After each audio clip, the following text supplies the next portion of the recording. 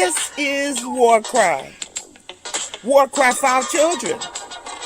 Where the street meets the sanctuary and purpose meets power. Join me, Elder M, intercessor, street evangelist, prayer warrior, advocator for justice. We stand in the gap in the streets, in the courtyards, in the schoolyards, in the church and on the block. This ain't just prayer. It's intercession. It's advocacy. We deal with real problems. Criminal justice, social justice, gun violence, social media, catfishing, human trafficking, mental illness, education disparities. We deal with it all here on WarCry. Our community has a voice. It's called WarCry. Each week, we link arms with community leaders, educators, pastors, parents calling out injustice. This is WarCry. This is not just a podcast. It's more than a moment. This is a movement. Join us. Let's give a voice to the problem and be the solution. I'm trying not to lose my head. It's like a jungle sometimes. It makes me wonder how I keep on going. WarCry. We're going to speak out for our children. Let freedom ring? No. There cannot be freedom until there's justice. WarCry, join us Mondays, 11 a.m. I'm just about to lose my mind. This is WarCry. They're trying to turn time back. But let us get out and give a voice to the problem. This is WarCry. Join us, be with us, or be gone. Don't push us. This is WarCry. Trying not to lose my head. It's like a jungle sometimes. It makes me wonder how I keep from going under. We're not going under. This is WarCry. This is WarCry, and we are so excited about our guest today. You know, WarCry is a biblical-based urban podcast. This is WarCry, cry loud, spare not. WarCry for our children, WarCry for justice, WarCry for our communities, WarCry for our poor curriculums in our school system. This is WarCry. WarCry for justice? But is there really justice? Well, we're going to talk about that today. This is WarCry. And we thank you for supporting us. Please, this is an urban television podcast, and we want you to link up with us and become a partner. WarCry, grassroots, hood therapy, you name it, we talk about it. And not only do we talk about it, real people, real problems with real solutions. WarCry, we're tired of it. We're not taking it anymore. I'm just about to lose my mind, but guess what? I'm going to stay on this side with a good mind. This is WarCry, and we're going to look at our panel today. Come on, bring our panel in. I am so excited about our panel. We're so excited about our panel. Bring them up today. This is WarCry, and we're going to get justice. We're going to have justice, and we're going to be about justice. Now, what we're going to do today, panel, we have a very special guest, Dr. Divine Pryor. He is so dear to my heart. But before we do introduce him, I want you guys to take a look at this first video and tell me, how do you feel after looking at this first video? Let's go to it now.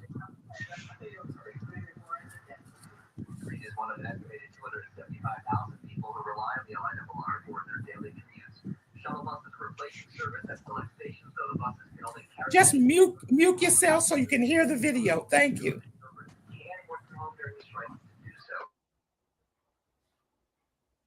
What will it take for us to feel one another? I ask, what does it take to heal each other?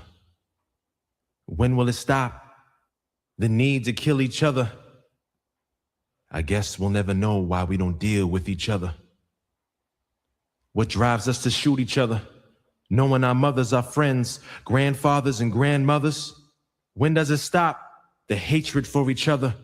Trust me, if I could, I would answer these calls to see us chill with each other. We can't even speak to each other. Grew up down the street from each other.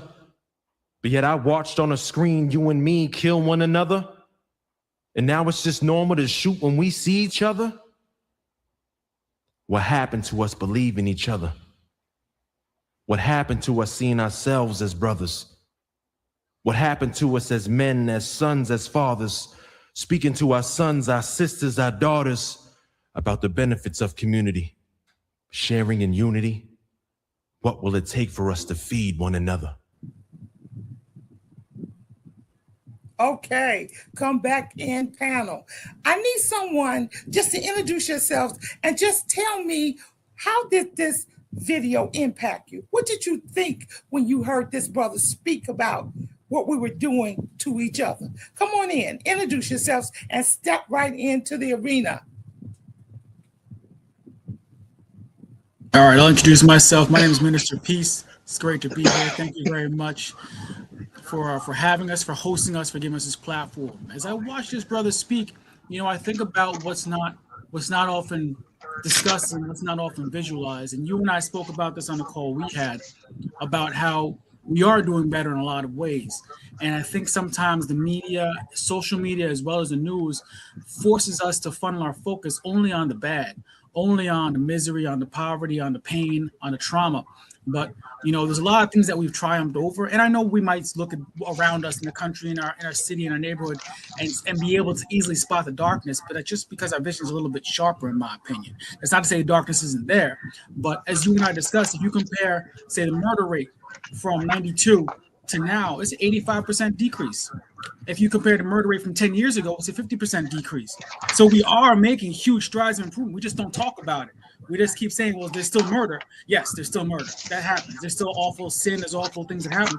But if we don't take pause to celebrate the wins and we're just swimming in the trauma and the misery, what do we have to look forward to, Minister Peace, I agree with you, Minister Peace. Come on, Tyreek, you want to come in? I need to hear from somebody. How's everybody doing? What he said, and then what the imagery was, to me, I got two good different messages from it, right? Because what he's saying is, he believed in hope. We should have hope. We should be loving each other. And then when you see the imagery, it's everyday things that we go through, that we see, that we can identify with. You know what I mean? That you can feel the pain there. Because, it's just like when we telling these kids to put down these guns. But then when they look around, only thing they see with their peers and among their friends is people with guns. You know what I mean? So it's like, we want all these things, but these are the obstacles that are in our way. Absolutely. Okay, Peggy, come on in. I need your comments. Followed by Dr. Gordon. My name is Peggy Herrera. I am a survivor, and I've heard the very same thing.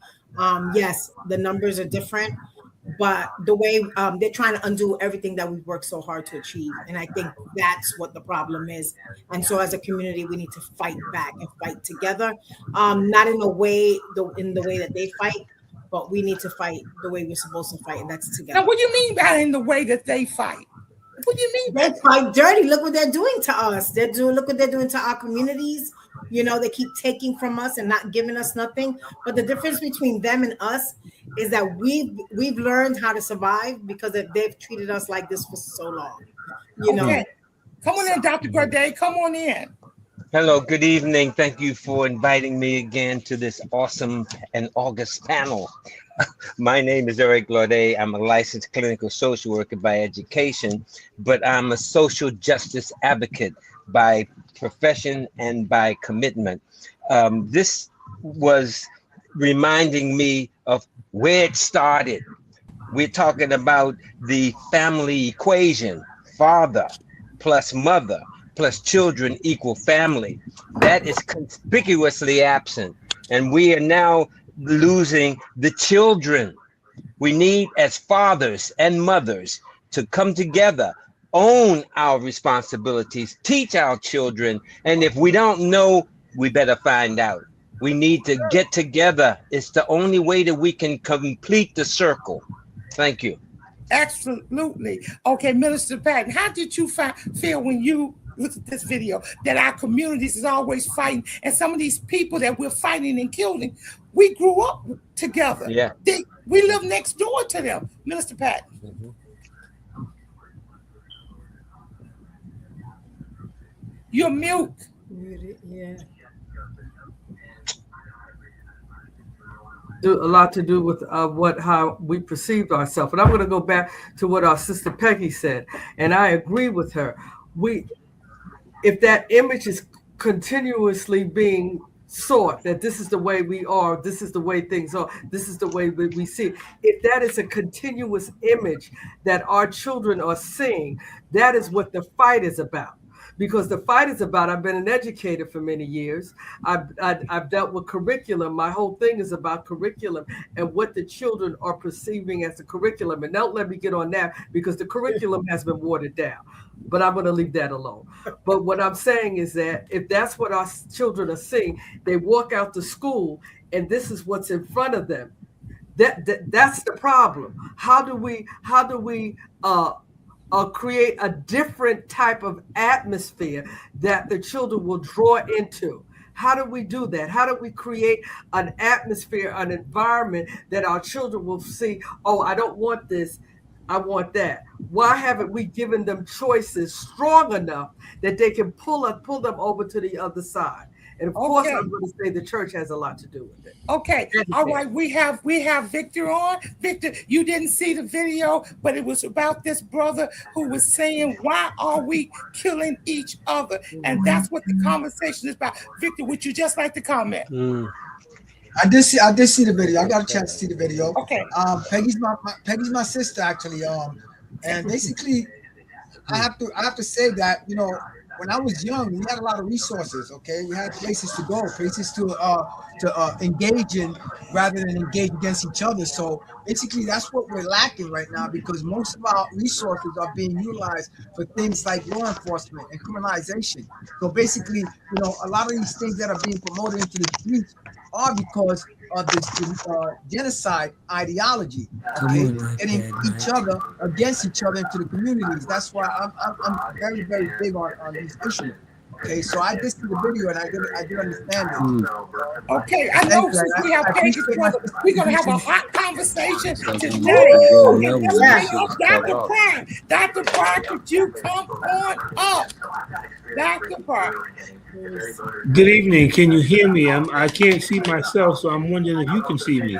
No, we can't see you, Dr. Pryor. But guess what? We're going to play a little of the video, and hopefully you can come in. Let's put on the second video, and then we're going to bring our guest of the night on.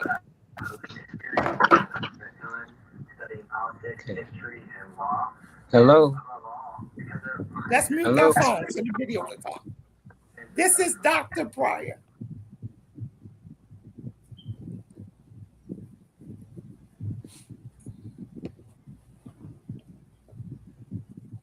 Okay, we can't hear the video.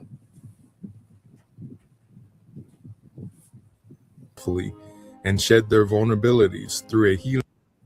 What is PPA? People's Police Academy. PPA is a unique, one-of-a-kind learning experience that is built on trust, transparency, and the establishment of mutual respect between local residents and law enforcement. The PPA prides itself on creating a safe environment that allows participants to speak truthfully and shed their vulnerabilities through a healing process guided by human justice. Let me introduce you to PPA, starting with our CEO and just a few of our partners and supporters. So I'm the Chief Executive Officer of the People's Police Academy. I bring with me 30 years of nonprofit management and administration. I hold a PhD in criminal justice.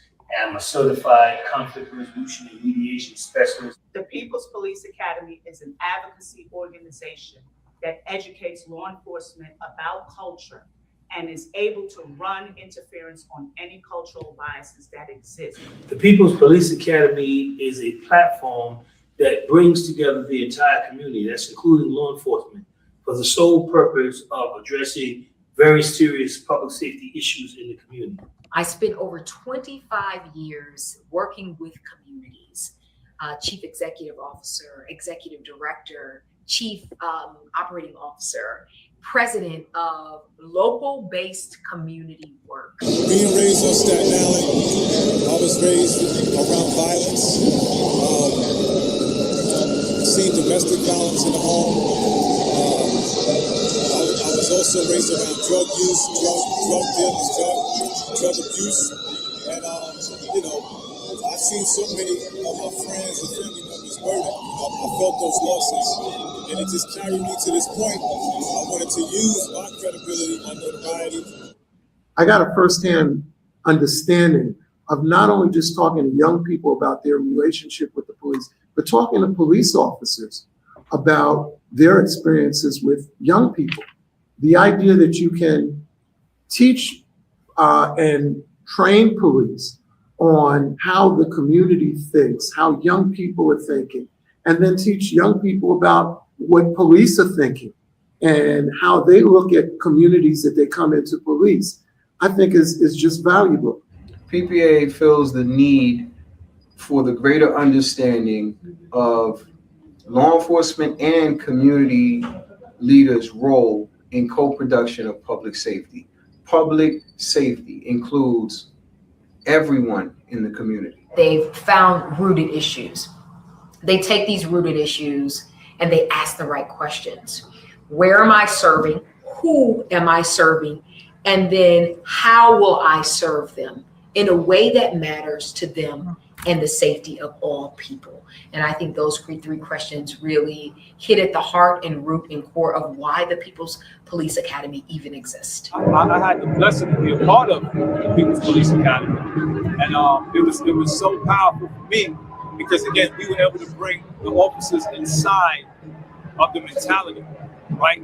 Majority of the officers are not from the areas that they patrol and work in, so us giving them a better idea of what they're involved in, the people, the mindset, the community, if received by the officers, it forges a great relationship and mindset for them to do better work. PPA is currently doing the work that changes lives, and those lives are being changed every single day. They're already having impact.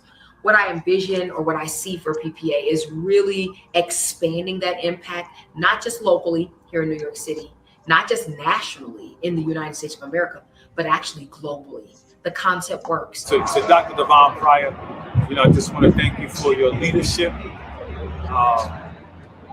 for the love that you have for your people, for the people, for your mentorship, and for sharing your knowledge and wisdom with us all. PPA is an excellent fit with Medgar Evers College. It is a natural fit.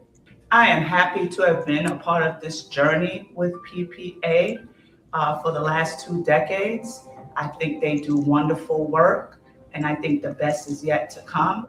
This is just the beginning of really some real fundamental change about how policing is done, not only in New York, but throughout the rest of this country and throughout the world. I'm grateful to you for opening my eyes, for allowing me the opportunity to live outside of my comfort zone and contribute to PPA. Before there was a People's Police Academy, there was a great deal of conflict and stress between law enforcement and communities of color, poor Black and brown communities in New York City. And those conditions did not allow for any interaction in a healthy way to take place. In fact, it was usually very hostile when those two forces came together.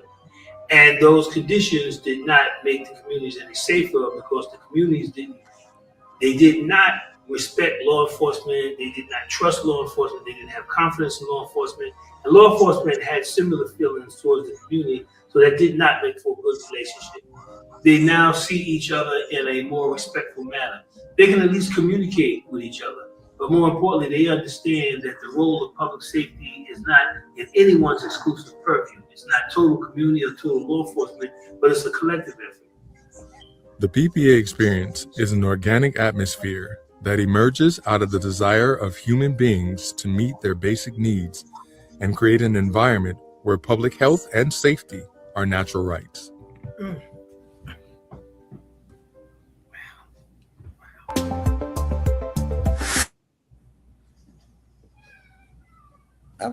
let's go to Dr. Pryor. See, he may be having a little problems with his video. Dr. Pryor, are you there? I'm here. Yes, I can see everyone, and unfortunately, you cannot see me. But as long as you can hear me, we're gonna get the job done. How's everybody doing this evening? Everybody's unmuted. We are so excited. Feeling blessed. Yes. Great. I'm honored to be here. I consider it, a privilege to, be in the company of greatness.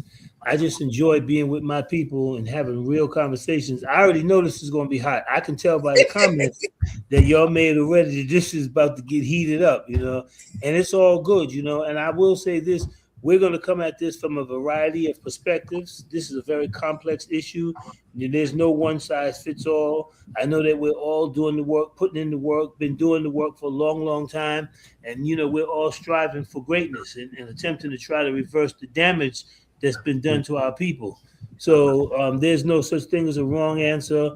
I respect everyone's point of view. It doesn't make a difference to me if we agree, disagree, as long as we do it respectfully. And we're here, for a collective purpose, and that is to try to free our people from this system of oppression. That being said, I'm going to start off by simply saying I never thought that I would end up, in the position that I'm in now. I'll share a little bit about my history. I am an example of the failed public school system. I was a young man in the public school. I was inquisitive. I was brave. I was smart. I asked a lot of questions, and because I was that way and the public school system wasn't prepared for a young black boy to be asking that many questions, they said that I was disrupting the class. They said I was incorrigible. And, all the things that they said, they would put me in detention. And I would go in detention and I would organize the kids in detention because I love reading, writing, and math and science. I've always been kind of nerdy. And they, when the kids got out of detention, they were supposed to go back to class, they would come to school the next day and come back to detention. And the council would say, no, you only had 1 day or 2 days, you got to go back to class. They say, no, that guy in there is helping me. I want to go back. And they still didn't take a closer look to say what's happening, with this young black boy. So long story short, I end up, in the streets, and the streets embraced me with open arms, and who wouldn't want to be embraced, and they said, we understand that you know how to start a car without a key. I said, oh, yeah, I know how to do that. And they said, could you show us? And that was my introduction to the street. I hot-wired the car. And they would give me $20. They would say, if you go in this window and open the door, I'll give you 2 20s, And at that time, I'm 10, 11, 12 years old, and I'm getting love from the streets, and I'm getting dollars in my pocket. And, before you know it, I was in the street, but I always had a book in my pocket, always had a book. And when I eventually, was arrested and brought into the system, I remember sitting on my bunk bed one day and saying, how would somebody, all I want to do is read. I just want to write. I want to do science. How does somebody with that kind of passion, and motivation and interest in education end up in the criminal punishment system? And so I started asking the question, how many more people like me are in this system? This predates the school to prison pipeline. This predates the report that was released by the Children's Defense Fund that went not from school to prison pipeline, but cradle to prison pipeline. And they were able to indicate there's an intentional effort, particularly against black boys, to funnel them into the juvenile justice system in order for them to populate an ecosystem that serves the economic interests of people who don't look like us. And so for those who are out there talking about the system is broken, I hate to report to you the fact that the system is not broken. The system is working the way it was designed. It's producing the results that it was designed to produce. And the outcomes that we see are only going to change when we change them. No, the system's not broken, but we have to break the system.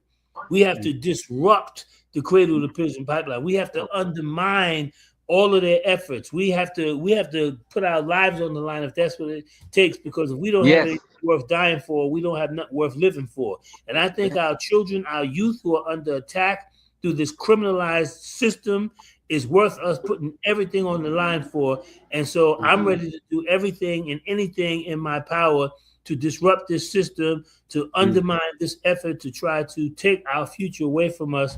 And that's where I stand on the issue. That's where I open up. So let's let it get hot. Let's get hot up in here. Let it get hot. I'll jump right off with a question. Should private prisons exist if the profit is on our back? Should private prisons exist if it depends on Black incarceration? Now, we don't have to say Black, but we know the majority that's in there. Should we have private prisons? I'm jumping straight off. I'm gonna let somebody else take that because I don't want to. Y'all go ahead and jump in there. I'll chime in where necessary. Yeah. Should we have what? Should we have private prisons? Private prisons. Because Should we have what? Private prisons? Yeah. And we know that they're making money. I think we should have. I think we should have any prisons. Okay. I don't think we should have any prisons. Who else should take it? Because private prisons are making money off the back of our children going inside of there. So I need an answer for it. I know you believe, brother, we shouldn't have private prisons, but they are existing, and they're existing on the backs of Black folks. They profit over people. Off of people. They profit over people. I'm against that. Yeah. Okay, Peggy, and then Dr. Divine, let's come on into it. Listen, so when it comes to me, right, I look at private prisons like this. I'm not for it at all, especially because now it became more corporate. You got people and they're making side deals with these different corporations. So what's going on is that, hey, now you come to prison, everybody's willing to work. But they couldn't get a job and get no type of work when they was on the outside. So a lot of these prisons is making side deals. And then, as you know, you got certain prisons that are all private that feel like they own our people and own any kind of people. So for me, it's a no. That should be something to where, you know, it's oversight, a lot of oversight, because now you could treat our kids, you could treat our elderly, our sick, any type of way. Okay, Dr. Pryor, how do you feel? Since you got the background in criminal justice, let's hear it from you. Well, let me say this. I agree with Brother Herrera. There should be any prisons, right? Let's start with that. But let me talk about this for a few moments. Though we take the position that there should be no prisons, we have some people. I spent 10 years in prison, by the way. You know, I became a man in prison. I went from a youth to a man in prison. I saw some things in prison that a young 17-year-old Black male should not see. I've seen the loss of life on a pretty regular basis. I've seen sexual encounters between men, you know, that I should not have been exposed to. It did not look passionate. It did not look emotional. It looked painful. It looked animalistic, to be quite honest with you. I saw people manipulated. I saw all kinds of things that a person, you know, should not see in prison. So there should not be prisons. On the other hand, I will say... Well, come in, Dr. Pryor. Wait. Are you saying that maybe there should not be any juveniles in that prison system? Or are you saying that there should be no prison? Because you say you went in... It's a complex issue, but I'm going to start out by saying there should not be prisons, but there are prisons, and we have young people in prisons with people who are far more seasoned that are exposing them to things that they should not be exposed to. That's an issue that we would have to address while there are still prisons, while we're moving to create a world where there are no prisons. But let me also say that we have people who are incarcerated who need additional help. They need more than just what the social services can offer. I was in prison with people who took joy in hurting other people. They took joy in stabbing other people multiple times. They took joy in taking other people's lives. They took joy in raping other people. I mean, you know, and so we have to have some way of dealing with individuals who have a propensity for violence, you know, who have some challenges that the average social worker doesn't have the skill set to deal with. We have to figure that out. And I'll tell you this, and this is where it really gets controversial. In all of our communities that we live in, we know who those individuals who are in the community who are committing the crimes. We know who's doing it. We know who's doing the robbery. We know who's doing all the thefts. We know who's disrespecting the women. We know who they are, but yet we allow them to walk around our communities and commit these violent, heinous crimes as if it's okay.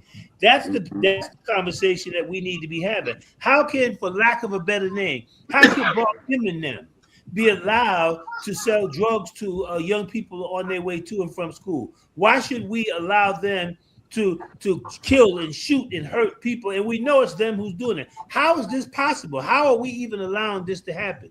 And then we take the position that we don't want to deal with law enforcement. Okay, so let's take law enforcement out the equation. Now they're no longer in the equation. How do we handle this violence in our community, this rape, this murder, this robbery, this truth? How do we handle that in the absence of law enforcement? Let's start that conversation. Let me jump in right now, and then I want the panel to jump in. I don't think that we want law enforcement to be moved out of our communities, but I think we want law enforcement who understand who we are in the community, our culture, and how we communicate with our hands and stuff like that. And I need Peggy. Peggy, jump in right now. So,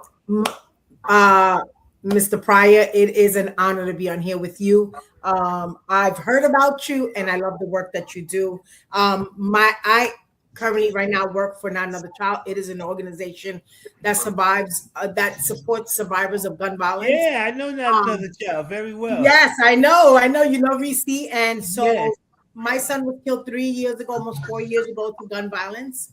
And I want to say that I do advocate for the person, because I do humanize him, the person that took my son's life. I do. And I don't speak up for him because I think he did the right thing. I speak up for him because I know this is a generational issue. There's been a breakdown in the family already. And so this is where we're at, right? When they started to take everything away from us and the family started to break down, they started during the drug epidemic, take away all the fathers. Our families were breaking down. And this is the outcome of it, right? We do need police to do certain jobs. Yes. And I agree with bringing community and police together. But they need to be trained. They need to be trained to learn how to work with our communities. There's a job for them to do. They should not be involved in certain things like mental health, right? And addiction. Those things are left to people who can deal with that. That people who are trained to do those jobs. That being having addiction is not a crime. Mental health is not a crime. Your culture is not a crime. And so we see that being criminalized. And I think that with the jail system, while I am part of the Close Rikers campaign, I do agree that the person who took my son's life, when I see him appear before the judge, he's chained up. His hands, his feet. Would I ever advocate for him to come out? Absolutely not. You are not ready to be in society. No way. Now, do I think that on day one, if you call the Department of Corrections, then what are you correcting? You should be correcting behavior. I think reentry starts day one, which is called reprogramming. You don't tell them 10 years later, 30 days before they're going home, that you have all these expectations on them. That's a setup for failure. And you know they're gonna come back because they have nothing to go out with. But when you start day one, you teach them structure. You give them a job while they're there.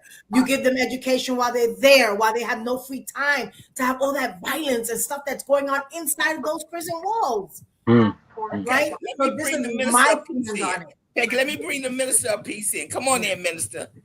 So my take's kind of radical, right? Because I do believe we need prisons, because there are people out there who intend to harm people. And as Dr. Devine mentioned, they take joy in it. I do a lot of advocacy for sexual violence prevention. I know there's a lot of repeat offenders when it comes to rape. I don't think that there's a lot of room to just say, let's give them a second pass. So I think it goes towards the nature of the crime. But when I say radical, I mean we need a vast restructuring of the entire system, top down, bottom up. When it comes to the police, one thing that I would stress is the fact that they need extensive de-escalation training. I can't tell you how many times myself, as a young Black man, has had to de-escalate the police from their fear from their moment of nervousness when they have a gun pulled to me for just being in a white neighborhood. And I'm like, okay, let me walk you through this. And at the end of the encounter, they actually said, thank you so much. And I'm like, bro, this isn't my first rodeo.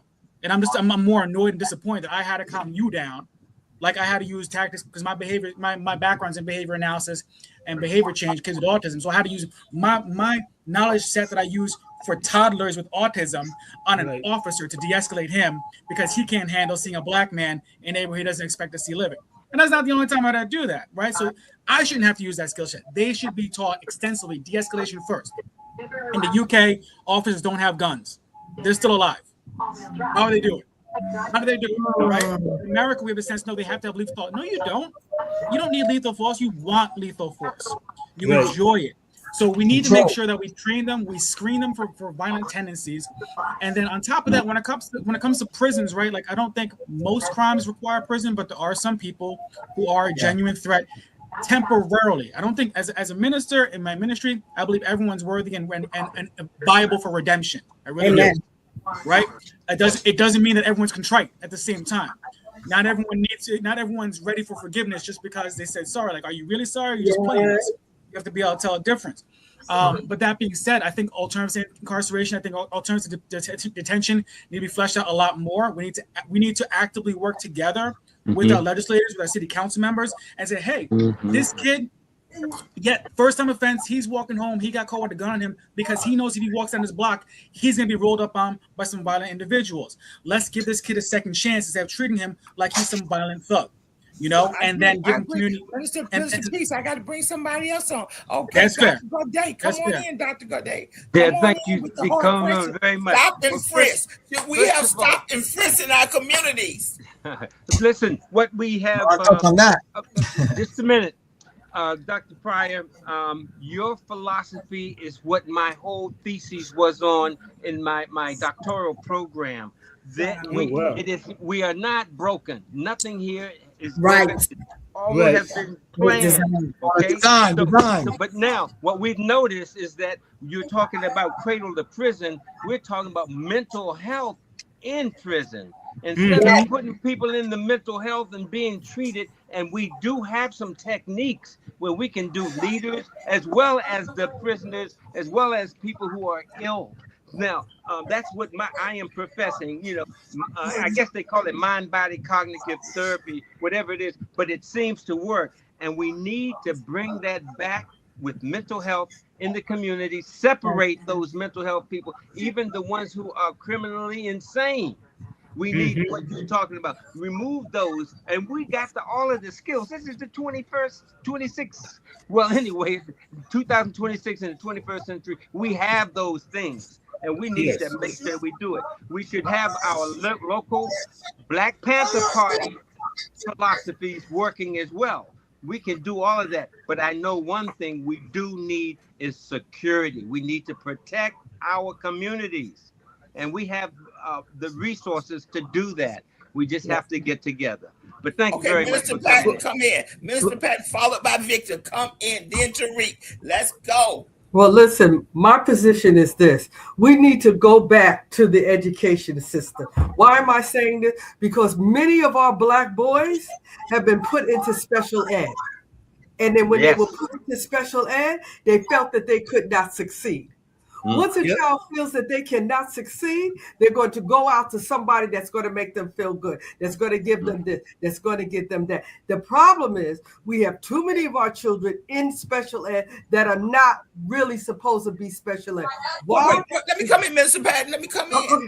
You're educated. Let me come in. Because our kids have a lot of energy and they're jumping up and running around. Then the teachers who are not our color can't handle our kids. Is that what you're saying? I need you to go into it. I was going to go into that. What happens is because you have people that don't look like us, that don't understand our children, that don't live in our community. They work their 6 hours, they get in their car, and they go and have their 401k, go to the have a nice dinner, do whatever they want to do. There is no connection to our children in the community. So if they see a child acting like this, oh, there must be something wrong with them. And the people that evaluate our children don't know our children. So many times, as me as the administrator, I would sit in the meeting and say to them, no, this is not what you are seeing. We're not doing this, and I'm not signing off on a student to be put into special ed. But we have a lot of our parents signing off. Isn't that Yes, right? they do. And the thing is, what is so sad about this, they wait until the child gets into the 12th, 11th, and 12th grade.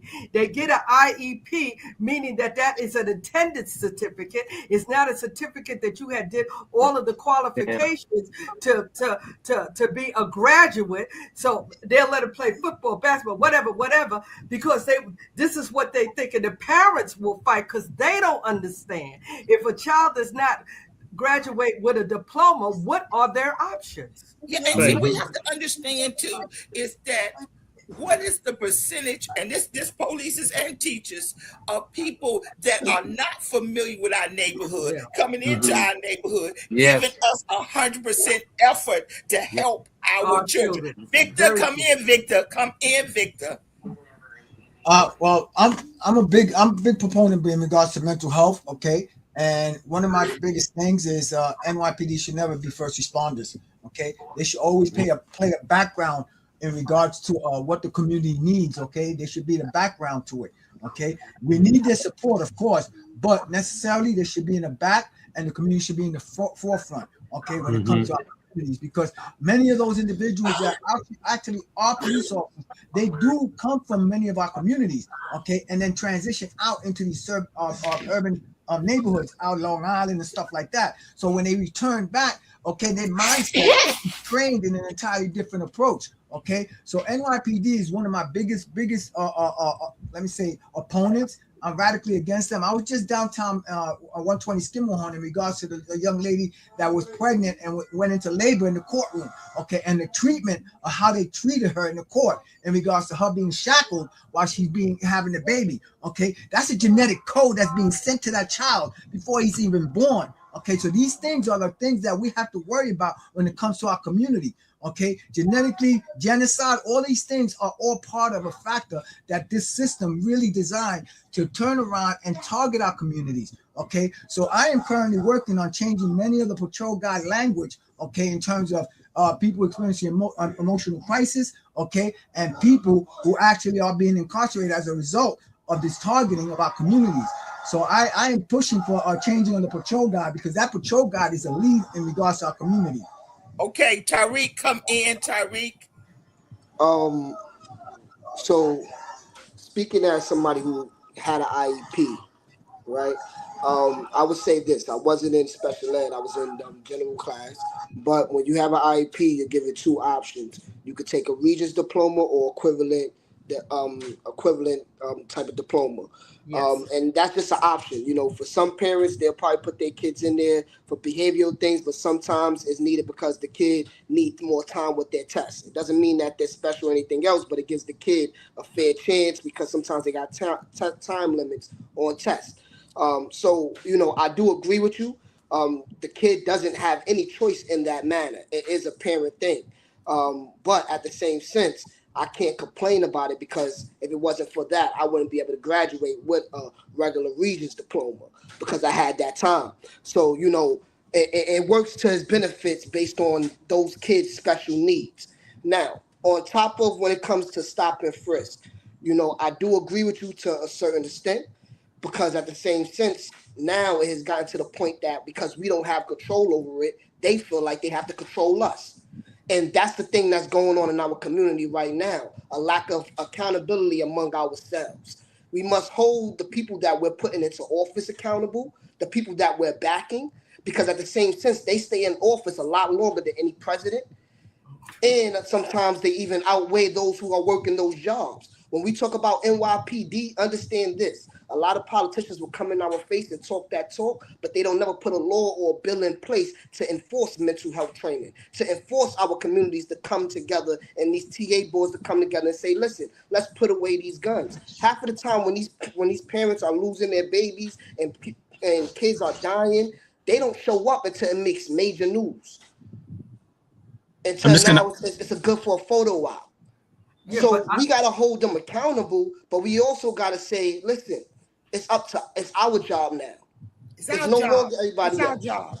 I just want to piggyback on that, because what he said is really important. When you hold your politicians accountable, understand they have the ability to write laws that change the top-down governance. If they're just showing up for a photo op, they're fake, and you got to call them out on that. Because I work with legislators for the last 12 years, and they do a lot of this and say, oh, we can't do this. Like, well, why aren't you being more creative with your pen?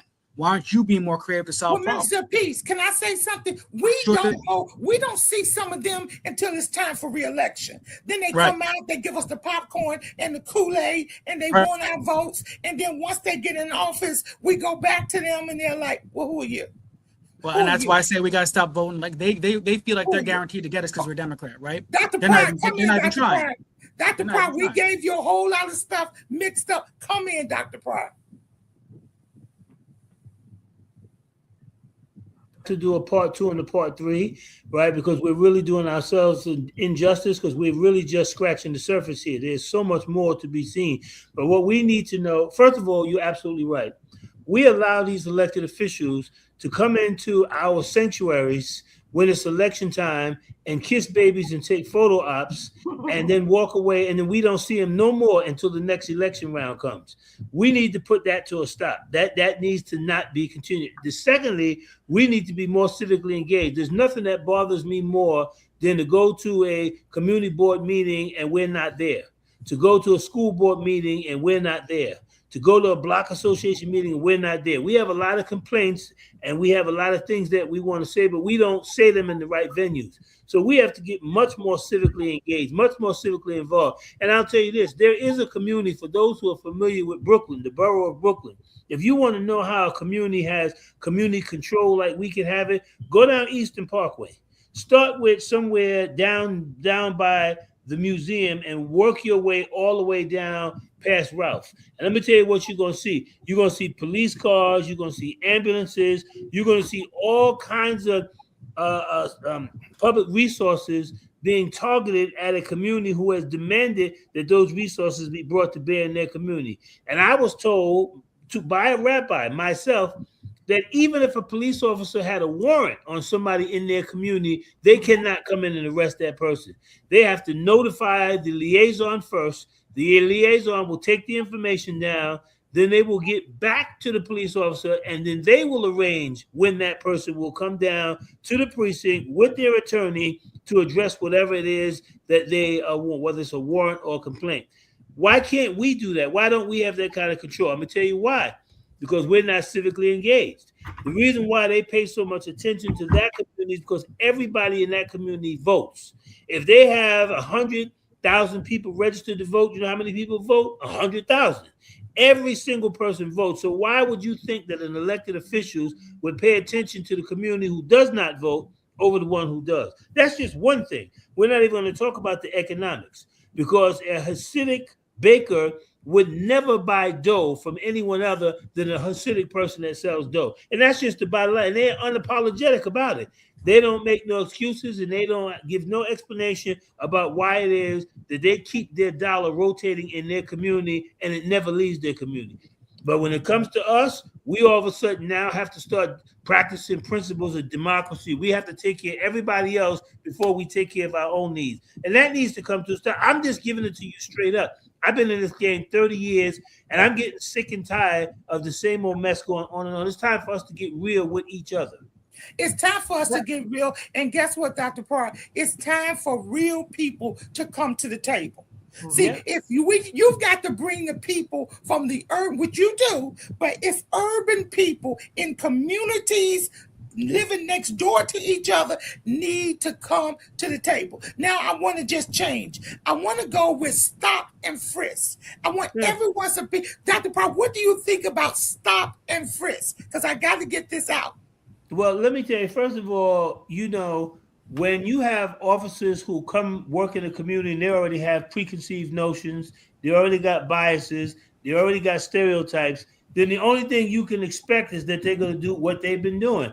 When they see 3 young black males standing on the corner I don't care what time of day or night it is, having a conversation, they feel that that gives them the right to stop and frisk. Why? They have not done anything unlawful. There's nothing illegal about standing on the corner. There's nothing illegal about standing on the corner with a hoodie on. There's nothing illegal about you being there at 3 o'clock in the morning. If you have not done anything unlawful, the police officer has no right under the law to stop you, question you, or frisk you. But it happens. But if you go to other communities where there are 3 white males standing on the corner with hoodies on, the only thing they say, oh, those gentlemen, they must be, this person, they must have just got off work, whatever, because they already come with a preconceived notion. Mm-hmm. So we have to change the perception that they have of our people. So there's a lot of work. Like I said, this is multifaceted. There's a difference between reasonable suspicion and probable cause. Why I noticed, because I'm a graduate of the New York Police, I'm the only formerly incarcerated person in the history of New York State to have graduated from the New York Police Academy. There's no one before me and no one after me. And of course, tell us the difference. Tell us the difference. The difference is that because I have criminal convictions, it was not supposed to be possible. I was an experiment. William Bratton, who was the commissioner at that time, got into a back and forth with me at Harriet Tubman School in Harlem. And this back and forth led him to inviting me to come to the academy. Of course, I told him I didn't have the time. They said we can make special accommodations. Lo and behold, I went through it like a hot knife through butter because I have a doctorate degree in criminal justice. So there's nothing that they can teach in the academy that I probably didn't write myself. But that being the case, I went through it, and as a result, they asked me, well, now that you've gone through it, can you give us, your analysis on what your experience combined with your academic degree, combined with the fact you've been through the system, can you give us a unique perspective? And that unique perspective is the People's Police Academy. That's the reason why we create these venues and these platforms to bring people into a space that otherwise would never occupy the same room. I got so-called gang leaders. I don't refer to them as gang leaders. I refer to them as street organization leaders. These street organization leaders in the same room with chiefs of police. I got the unwed pregnant teenager in the same room with the deacon of the church. I have the long-term resident in the same room with the local bodega owner. Why? Because they got different views of each other, and I want them to come into a space where they can begin to solve problems. So this is an outcome-driven, solution-oriented, problem-solving environment that we create. And you don't come to the room just so that you can gripe. You don't come there just so you can complain. You come there because you feel that you have a solution that you think can resolve a problem that's really causing the community a lot of angst. That's why we do this People's Police Academy work. I never thought I'd be doing it. I'm the last person that I thought would have been doing this work. But guess what? Somebody's got to do it. Because guess what? The police are not going away. And as long as they're going to be in our community, we should have community control. We should manage their footprint. Everything. Now that brings Dr. Pryor. Let me just come in. Let me come in. So tell us, what is community policing? What is when I speak about community policing, and you're the expert, do the community actually go in and meet the new recruits so they can get an idea of who we are in our communities? What is community policing? Absolutely. Not only do they do that, but before a precinct commander can be put in position, there's supposed to be a community committee that sits down, interviews these candidates, and make the selection of who the actual precinct commander is going to be. Because how officers behave and how they act in a precinct is determined by the attitude and the strategy and the methodology of the precinct commander. So that's where it starts. Community policing means that the community has a direct say-so. The community policing means that we are heavily involved in the precinct council meetings. That means that we are interacting with local law enforcement. That means we know every officer in our community. There was a time when you would know the police officer. We knew every beat walker. They knew your name. They knew who the good kids were. They knew who the bad ones were. But when something happened, they weren't quick to arrest you. They would bring you to your parent. They would bring you, to your pastor. They had all kinds of other strategies that they used other than arresting you and putting you through the system. So we want to resort back to those things that we know work. And community policing is one such way to do that. And there's nothing that gets me more excited than for me to be able to transform a police officer, particularly a police officer of color, to let them understand that if we don't get this world to change the way they see me, Wait, hold it, that you Dr. are Pryor. susceptible to Dr. the same Pryor, reality. I got to come in, Dr. Pryor. Did you just say a police of color? I mean, black police officers, Latino police officers, Asian Wait a minute, police no. You said that you have to help transform police of color. You better believe it. Let me tell you something. The culture of policing is so toxic and so powerful. It doesn't make a difference who goes in. When they come out, they're not the same person. I'm telling you, I went through the Blue police wall of academy. silence. Exactly. There's that blue wall of silence that they drill in you from day one of the academy until you graduate. Let them know no matter what happens, you do not share any information about your peers. I don't care what the situation is. And it's the same as the no snitching rule in our community. It has the same consequence. And so these are the things that we talk about in the People's Police Academy when I create these situations. When I do the next one, I'm going to send out an invitation to you, Elder M, and I want you to share that with anyone who would be interested. I think that you will find these encounters to be very, very dynamic. Now, I got to jump in again. This is kind of disheartening to me, because it would appear to me that if a police of color approached our young people, that they would be more sympathetic and try to understand. Expected. It's expected. It's expected, but it's not the reality. That's not the reality. I'm gonna tell you something, and this is going. Let me tell you something. I would prefer to get stopped by two white officers than to get stopped by a white one and a black one. And I'm gonna tell you why. Because when the white officer and the black officer stop me, the black officer is going to dog me out because he feels he has to prove to his white peer that he's not giving me any special treatment, that he's not, allowing me to get away with something. So he's going to go out of his way. He's going to go over and beyond in order to show, to prove, to demonstrate, you know what I'm saying, that I'm down with the blue. All I see is the blue. And this is something I've seen with my own eyes and experienced personally. I've experienced this. So when I get stopped and I look in that rearview mirror, if I see a black officer and a white one, I know I'm in trouble. That black one's going to dog me out. Now, Dr. Pryor, let me come in again, and then I want the panel to come in. You are rewriting some of the manuals at the police department, in hopes that you can explain to them or train to them the different languages that our young people use and how we use our hands, and how it's not always in a defensive manner. Right. It's just the way sometimes we talk. Could you just tell us a little bit about that?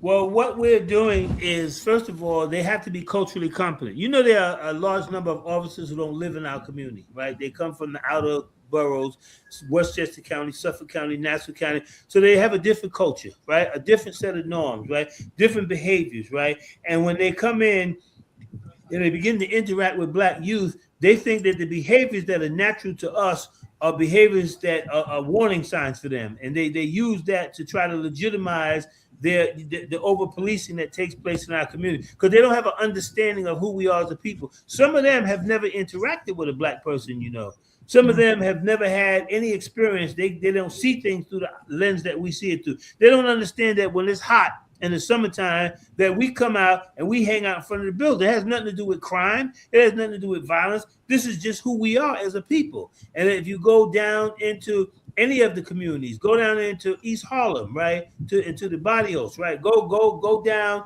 into Harlem on 125th Street, and on a hot summer night, we outside. That's just what we do. We're very creative people. We're a musical people. We're very interactive people, And so what we're doing poses no threat to public safety, but their view of what we're doing says that we pose a threat, and that's the reason why they interact with us the way they do. Our training exposes that. And there are a lot of times when they have to come to grips with the fact that, well, you know what, I think you might have a point there. We've had many officers, white officers, Asian officers, actually tell us right there in the room of folks, you know what, I think you might be right. I never thought about it that way.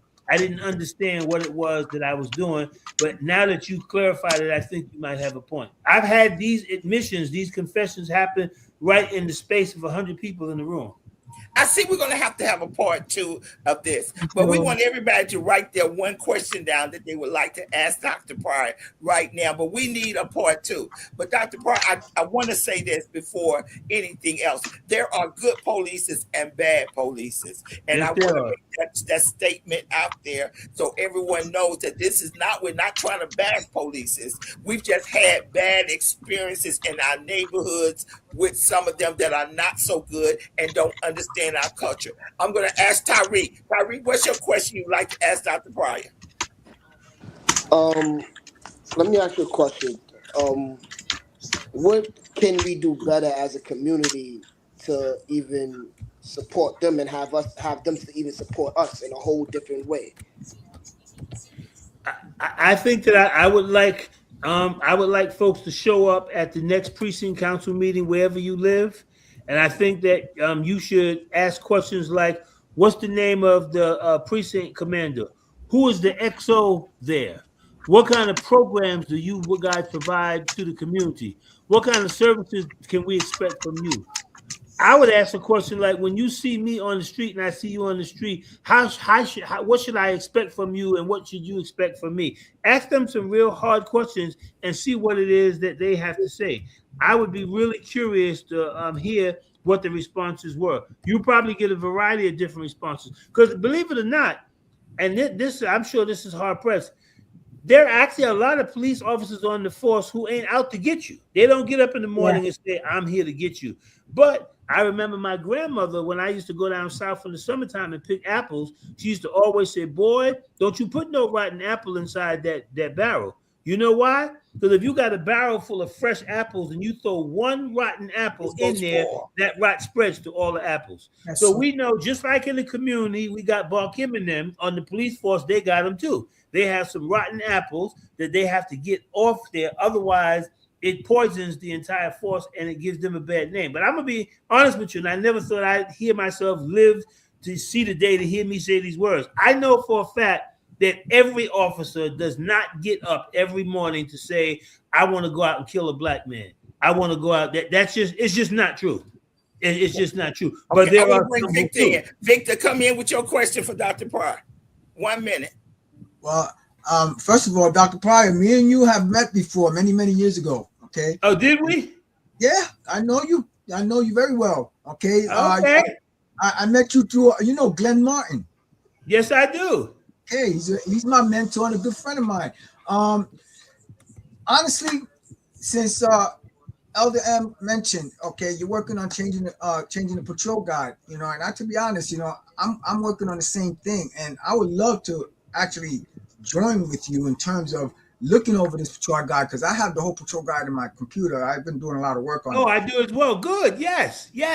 And I honestly, a lot of the things that you've said, okay, is basically in line with everything that I do. Okay, that's my sister Peggy. Okay, Herrera. Okay. My nephew was brutally murdered, and yes, I am about accountability. Jonathan Darch of Civilian Complaint Review Board is a good friend of mine. Okay.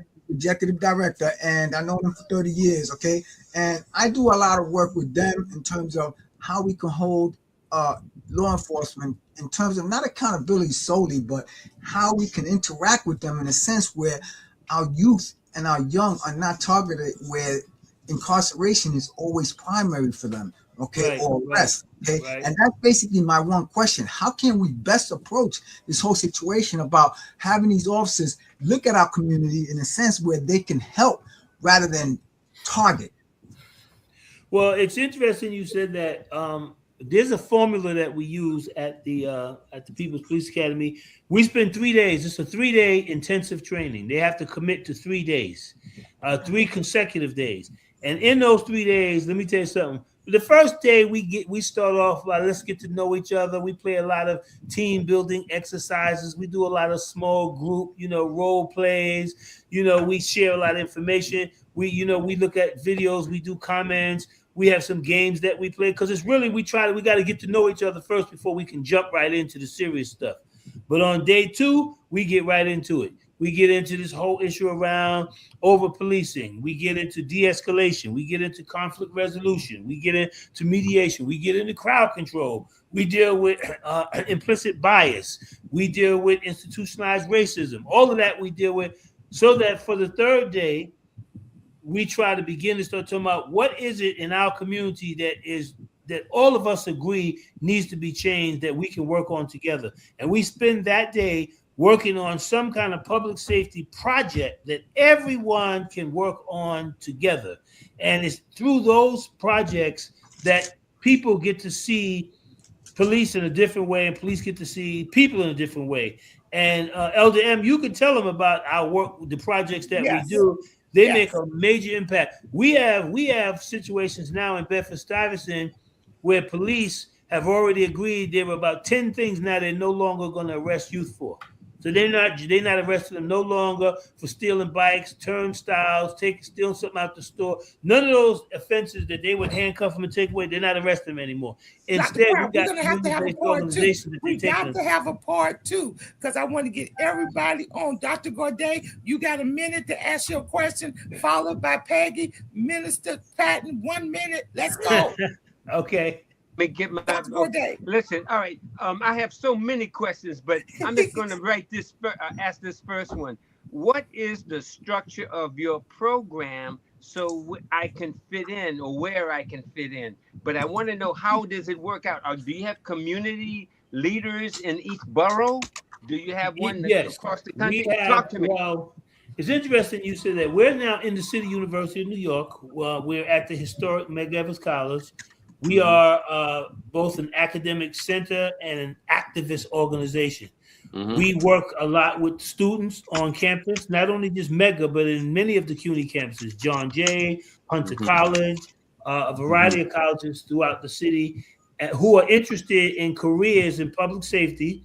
And we give them internships. We arrange for them to have internships in the courts, in the chambers of the judges, in Department of Probation if they're interested, or NYPD, or any of the other law enforcement agencies. We have a public safety council that meets 4 times a year, comprised of FBI, comprised of DOJ, the U.S. Attorney's Office, the Department of Probation, NYPD, of course. We have DOE on there, NYCHA, and when we meet, we have very, very, very serious discussions about how we can make our community safer. And then we also have data that we collect, and we have a lot of data, and we're trying to figure out now what we do with it. I know that you'd be interested in that. Yes. The NYPD is not very generous when it comes to giving up data. We have to get from them what we can get while we have them in our quote unquote custody over those 3 days. Anything after that is very hard to get. So we're trying to create an instrument that allows us to get as much information as we can from them over the 3 days that we have them with us, so that we can probably use that data later on. We might have to extrapolate that data into situations that are not technically real, because they won't allow us to do the kind of follow-up we need to do. You and I should have a conversation. And that will make sure that you guys have a conversation. Peggy, I put my email and my phone number in the chat, so it's in there right now. My number right to my office, and my email's right there. Yeah. Peggy, your question. Yes, quickly, I want to say, Dr. Pryor, I was arrested when I called for help when my son was in a crisis. I lost my husband to cancer, my dad to COVID, and my child to gun violence. Oh, I'm so sorry. I'm at a place in my life where I've rallied, I've spoken. Now it's about changing policies and putting bills in place. I'm on so many fights. My question to you today is, you kind of answered it a little bit. How do we change their perspective? And how do I get involved in that? Do you have a certificate program for me, for us here, that we can join? As I know you say you have for the youth and all that, but I like to do certificate programs. I like to learn. I want to understand all of that, how I put a policy in place, how I make change, how I make a difference. Because right now, when I look at my hands, yes, I have one daughter, I have some grandchildren. My hands are empty right now, but God gave me purpose, and I want to take and use that to go out and make a difference. So where do I start, and when is your next meeting? You start with, you send me an email and you and I'll set something. We'll have a conversation, maybe a Zoom, maybe in person. We'll figure it out. And we are working on a 12-week certificate program for community violence interrupters. And we had a pilot that we just ran. The pilot went very well. We're tweaking it now, trying to figure out how to modify it, adjust it, add more, take away. We're maybe going to run the next certificate program on community violence prevention in the fall. So that gives us some time for us to communicate with each other. And I would love to have a conversation with you. I like your energy, Peggy. I'm feeling your energy. Okay. You know? Minister Peace, come in, Minister Peace. Bring some of that energy. All right, I'll be real quick with it. Again, thank you for your time. I'm working on ATI and ATD legislation right now, and I'm just curious if you'd be interested in helping work with me, because the more coalitions I build, the more that the legislators take it seriously. Again, I want to expand those who are eligible for alternatives to incarceration, as well as expand what crimes are eligible for. Right now, we only funnel people towards mental health and substance abuse clinics, and that's not always best for people in our community. That doesn't yield the right results for all people. But there are a lot of community-based organizations, a lot of peer-to-peer support, parent-to-peer support, mentorship programs across evidence-based platforms that can actually produce a lot of results and that have years of results. And so I want to make sure that legislators put that into they draft it, they pass it, so we give our kids more opportunities and just be funneled through that pipeline over and over and over again. So if you'd be down, let me know. The answer is yes. Anything I can do to contribute and support, I will. Is there any particular legislator you're working with now on that piece of legislation? I'm talking to Senate Member Chantel Jackson. She's the chair of the Black Legislative Task Force. There's others who I work with as well, but she's my primary point. Let's communicate. That's my email. I already did. Sounds good. Okay, Minister Patton, 1 minute, Minister Patton, and then Tyreek, and then we're going to give it to Dr. Pryor to make the last remarks. Oh, first of all, I would like to be put on your list for when you have your next program, the 12-week certificate. And the reason why I'm interested in that is because we have too many of our children going from the school to the prison pipeline. So maybe that can give me some kind of insight of what that I can do. And yes, our children do have a 501c when they can have a Regents, and some of our children take advantage of it, but many of our children don't. But so I want to see if this thing can help me as far as an administrator, how I can touch the lives of our children, because too many of our children in our community is going from the school to the prison pipeline. And it's very disturbing for our babies. Send me an email and tell me that I'm interested in the 12-week certificate program, and I'll put you on the list. Make sure you send me all your info, and when we get ready to start promoting the next cohort, I will make sure that you get a notification, and I will look to see you in the classroom. We have a list right now. We have enough names on the list now to run 2 or 3 cohorts, right? But you just send me an email and you remind me that we met here on WarCry, and that will have a special meaning. Thank you. That'll have a special meaning to me, okay? Yes, WarCry. Okay, Tyreek, come in with your question to Dr. Pryor. I love what you're doing. I wanted to know what areas in the South Bronx or in the Bronx where you're going to be at, because we work close with the teens, and there's a lot of things that's going on, and this is ground zero where all the killings is happening and things like that. 100%, Just let me know, what's going on, because even today we was outside rallying for gun violence. I just had a protest, and we have a clear plan on how to bring communities together. So, I'm young, I'm like in my 30s. So at the end of the day, I feel like even when it comes to any of y'all, reach out to me. I'm here to work with any one of y'all. Y'all all dope in y'all own way. But you, sir, you also got things going. So just let me know where y'all gonna be at, stationed in the South Bronx, so we can move in accordance with how the way you're moving. Good. I'm working with a group, RTG, out there. They're on 149th and 3rd. David Cobbler is my people. Me and David go back a long, long way. I'm plugged into most of the crisis management system sites, the cure violence sites around New York. And then over and beyond those sites, there are other credible messenger programs that are not part of the New York City crisis management system, but they're doing the same work. I'm plugged into them as well as the state programs under the SNUG money. And that's a different route of money, still doing the same work. It's just different funding streams. But I will share any information that I have with you. Anything that I have is yours. I exist to try to be a support system for anybody who's serious about this work. So don't hesitate to hit me on the email and make a request. And if I can't do it, I probably know somebody who can, and I'll do everything I can. Dr. Pryor, we thank you so much. But before I even turn it over, I want to say a couple things. First of all, Dr. Pryor is extending People's Police Academy to Mississippi and other places. Wonderful. Wow, yes, this is great. Yeah, I'll be in Jackson, Mississippi in 2 weeks. I just got back from Birmingham, Alabama, and the first week of July, I'll be in Columbus, Ohio.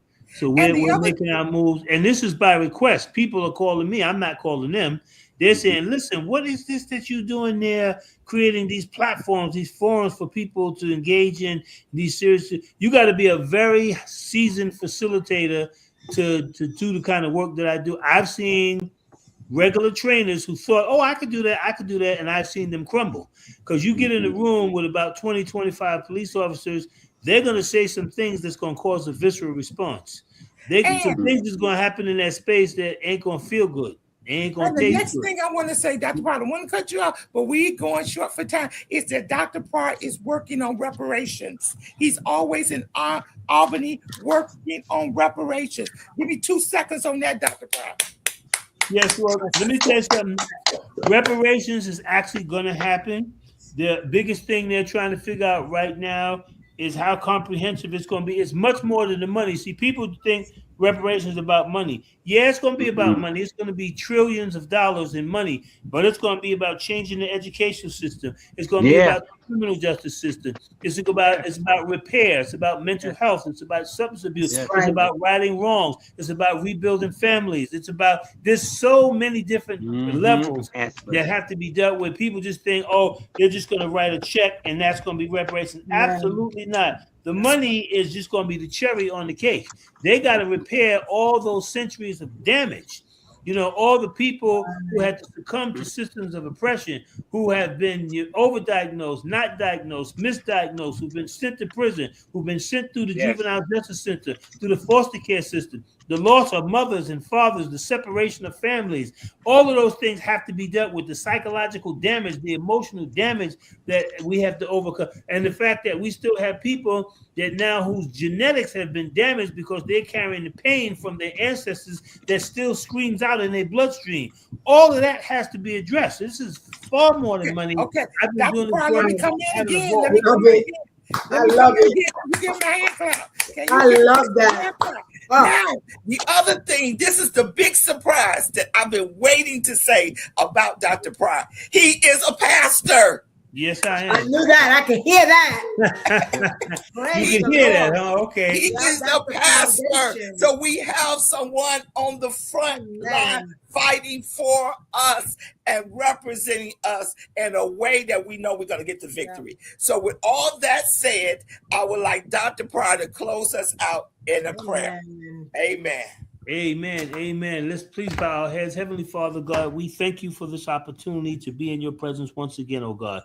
God, we know that you sit high, but we know you also look low, oh God. God, so we thank you for every blessing you bestowed upon us, oh Lord. And God, before we ask you for anything, we'd like to first thank you for everything, oh God. We thank you for being God all by yourself, oh God. We thank you for being a way maker, oh God. We thank you for being a deliverer, oh God. We thank you, oh God, because we know, oh God, that the only thing you cannot do is fail, oh God. So we claim victory in advance, oh God.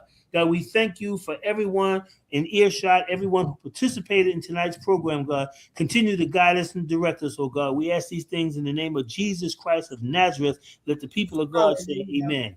Amen. This is WarCry. We had a great time. We're looking for yes. I love you, Dr. Pryor. I love you, Dr. Pryor. Make a heart. Make a heart, Peggy. Make Praise a heart. The Lord. Praise the Lord. I love you, Dr. Before you close out, before you close out, we love you. Yes, we love you. Before you close out, I want to just say that me and my sister, right now going through something because my brother's missing. He's been missing for a week. Okay, and I just wanted to share that with all of y'all because he's a challenged individual at age 59 years old. I just turned 60 last week, so it's basically a big thing that's weighing heavily on us because it's a challenge that we experience in this community. And he just disappeared on us last week. And let me tell you something, Dr. Pryor, the police don't spend enough time looking for our children and we're working on that. Victor, you and I will be in touch. I got your number. I'll call you. All right, thanks, Dr. This is WarCry. We'll see you again in 2 weeks. We're going to plan another show, but thank you guys. Thank Keep you. praying. Let's pray. Let's pray for Victor and Peggy's sister and brother. Brother. Thank you. See you later. WarCry, love you. Remember the fight for our children. Remember the fight is on. But guess what? It's fixed and we win. We win. Come on, everybody say we win. We win. All right. See you in 2 weeks. I love all of you guys. Thank you so much. Bye-bye. Amen.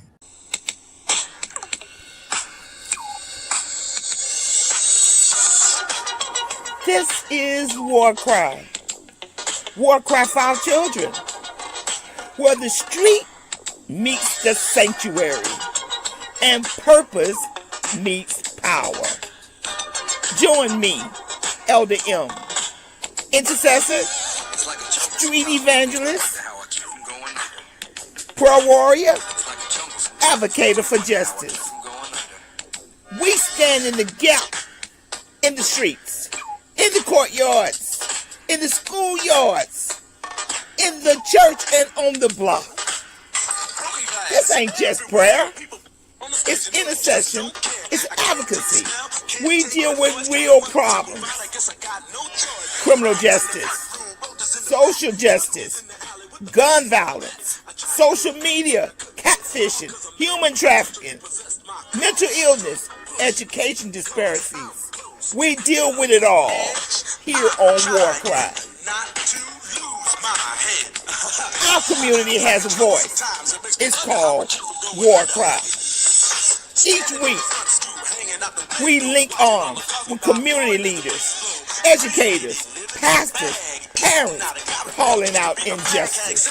This is WarCry. This is not just a podcast.